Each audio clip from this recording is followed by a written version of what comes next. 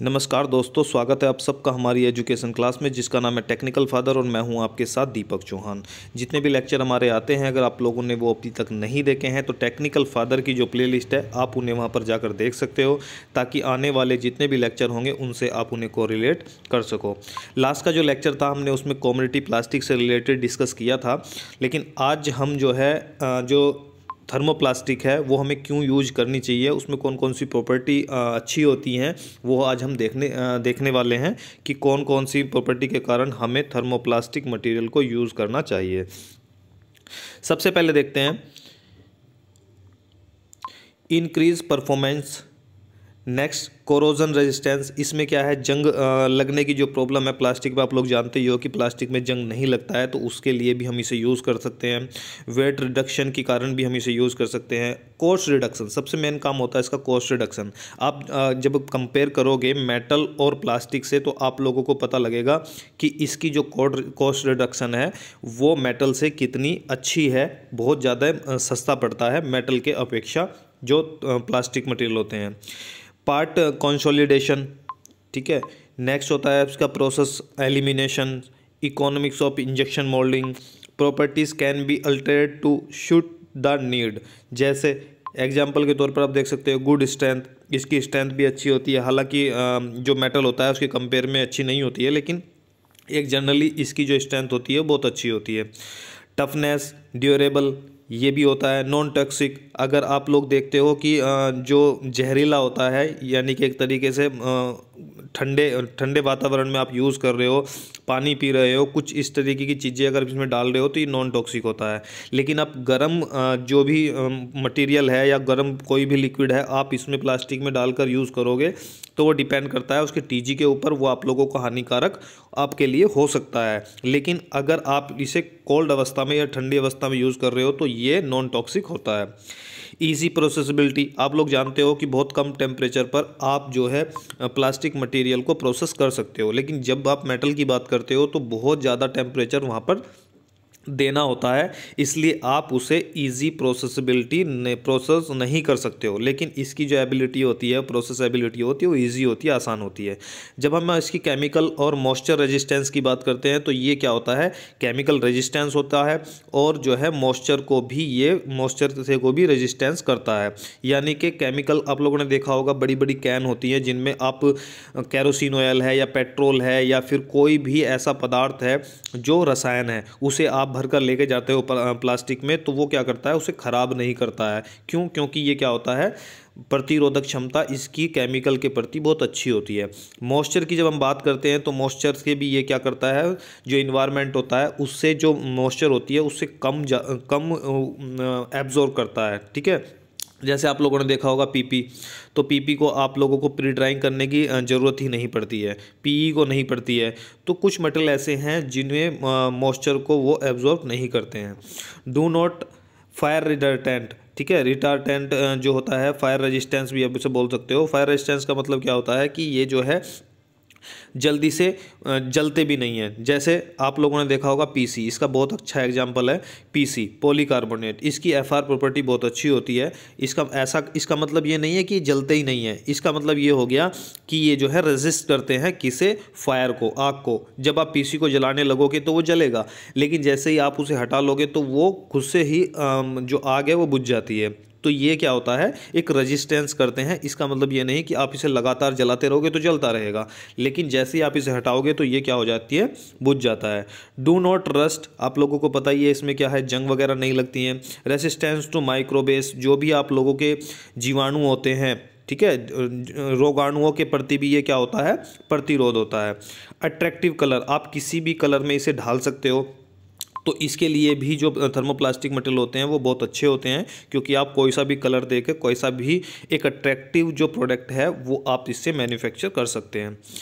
Good weather ability, आप लोगों ने देखा होगा कि जो कार होती है, 4 व्हीलर है या फिर आप लोगों की 2 व्हीलर है, उसमें बहुत सारा प्लास्टिक का जो भी पार्ट है वो लगे होते हैं, लेकिन फिर भी उसके बाद में आप उसे खुले आसमान के नीचे खड़े भी करते हो तो उस पर क्या अल्ट्रावायलेट जो रे होती है सूर्य से आने वाली, सन से आने वाली, तो वो भी उसके ऊपर पड़ती है।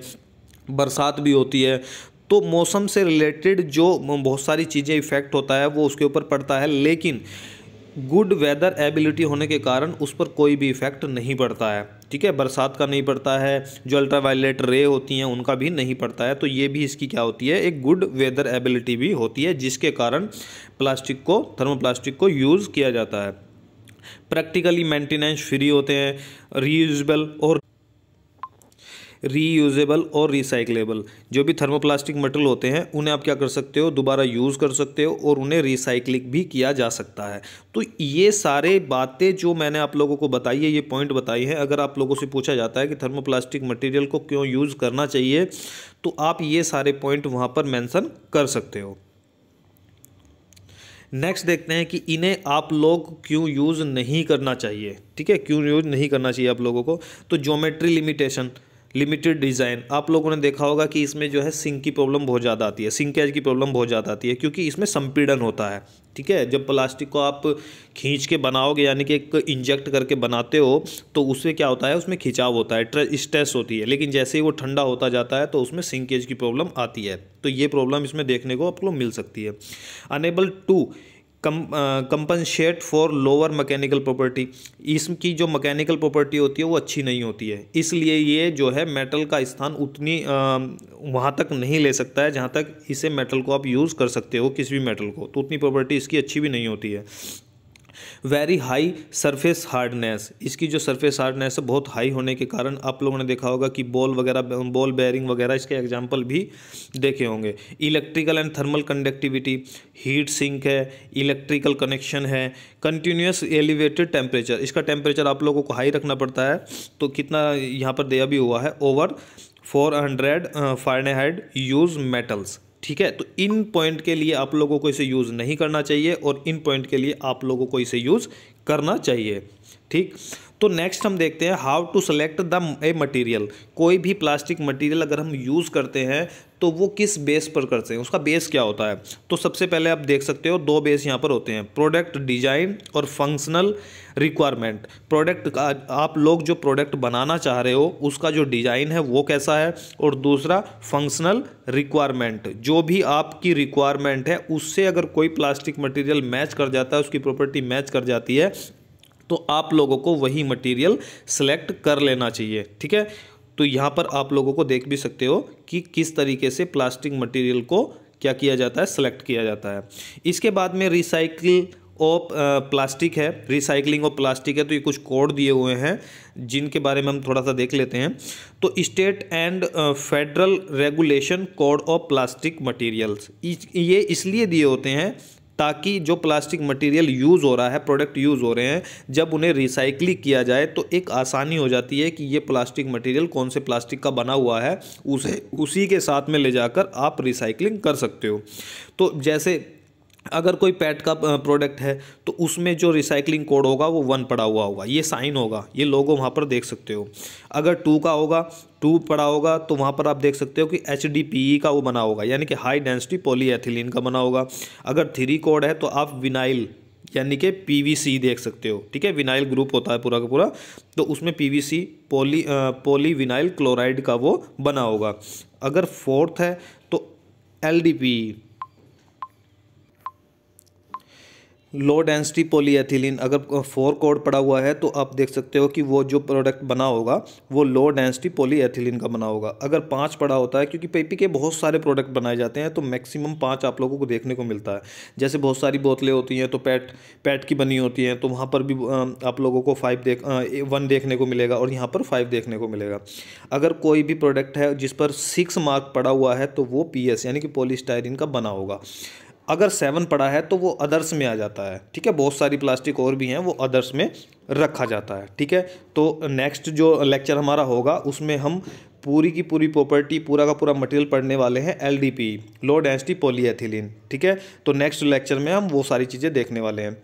अगर आज का लेक्चर आप लोगों को पसंद आया तो उसे लाइक ज़रूर कर दें और दोस्तों को शेयर भी कर दें। अगर आप चैनल पर नए हैं तो उसे सब्सक्राइब भी ज़रूर कर लें, ताकि आने वाली जितनी भी वीडियो होंगी उनके नोटिफिकेशन आप लोगों को टाइम टू टाइम मिलते रहें, ठीक है। आज के लिए इतना ही, मिलते हैं नेक्स्ट लेक्चर में। जब तक के लिए दीजिए मैं इजाज़त। जय हिंद, जय भारत।